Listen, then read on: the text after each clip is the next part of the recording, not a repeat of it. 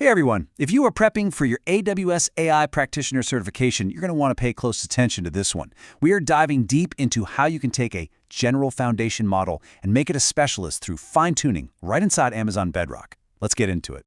So here's our game plan. We'll start with why you'd even want to customize a model. Then we'll get a solid definition of what fine-tuning actually is. After that, we'll look at the two main ways to do it on Bedrock, talk about the costs, which are super important, clarify how this all relates to transfer learning, and then wrap it all up with a quick cheat sheet to make sure you're ready for the exam. Okay, so let's set the stage. Foundation models are amazing, right? They know a little bit about everything. But that's the thing. They don't know the specifics of your company, your internal data, or the unique lingo of your industry. And that is the million-dollar question. You have this incredibly smart, general-purpose AI, but how do you make it an expert in the things that actually matter to your business? Well, the answer is a really powerful technique called fine-tuning. And on Amazon Bedrock, that's exactly what we're talking about. Fine-tuning is the process you use to take one of these powerful base models and give it a very specialized, custom education. Now, for the exam, the most important part of this definition is right at the end. Fine-tuning isn't just showing the model some new examples. It's a much deeper process that actually changes the model's internal wiring, its underlying weights. You are literally creating a brand new custom version of that original model. So how does it work? On Bedrock, it's actually pretty straightforward from a high level. First, you pick a base model that you can fine-tune, like Llama 2.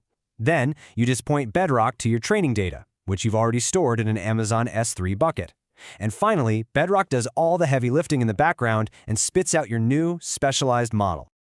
Okay, big exam alert right here. This is super important. Once your custom model is built, you can't just call it on demand like the standard models. To use it, you have to buy something called provisioned throughput. Think of it like leasing a dedicated, always-on server that only runs your model. And as you can probably guess, that has some pretty significant cost implications. So, you've decided to fine-tune. How do you actually do it? Well, Bedrock gives you two main paths to choose from, and knowing which one to pick is absolutely key.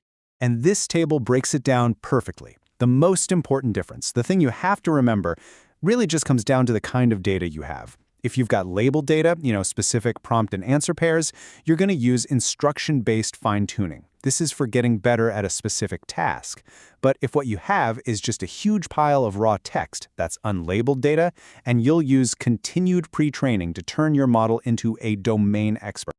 Let's make this real. Here's a perfect example of that labeled data for instruction-based tuning. You're not just giving it random facts, you're teaching it very explicitly. When you get this prompt, I want you to give this exact completion. It's like you're creating a custom set of flashcards for the AI to study. And on the flip side, this is what unlabeled data for continued pre-training looks like. See? It's just a chunk of text from, say, a financial report. You're not telling the model what to do with it, you're just immersing it in the language of your world. You're letting it soak up all the jargon, the acronyms, and the general context all on its own. Now, this all sounds incredibly powerful, and it is, but it's not magic, and it's certainly not free. So let's get into the practical side of things, because you really need to think about the costs and the effort involved. As a general rule, instruction-based fine-tuning is going to be your less expensive option. And that makes sense, right? It's usually a more focused, surgical adjustment, and you often need less data. Continued pre-training, on the other hand, is where you're feeding the model enormous amounts of text to expand its core knowledge. That's a much bigger, more computationally intensive job, and yeah, it's more expensive. And remember, the cost isn't just for the training run. This isn't a simple point-and-click process. You typically need someone with real machine learning experience, an ML engineer, to get the data ready and to check if the new model is actually any good. And like we just said, the biggest ongoing cost is almost always running the model, because you're paying for that dedicated provisioned throughput every hour it's active. Okay, let's zoom out for a second, because you're going to hear another term thrown around a lot, transfer learning. It's really easy to get this confused with fine-tuning, so let's clear up how they relate to each other, because they are connected, but they're not the same thing. So transfer learning is the big, overarching idea. It's the whole philosophy of not starting from scratch every single time. You take a model that's already a genius because it's been trained on half the internet, and you adapt that knowledge to your new, specific problem. And here it is, the key connection.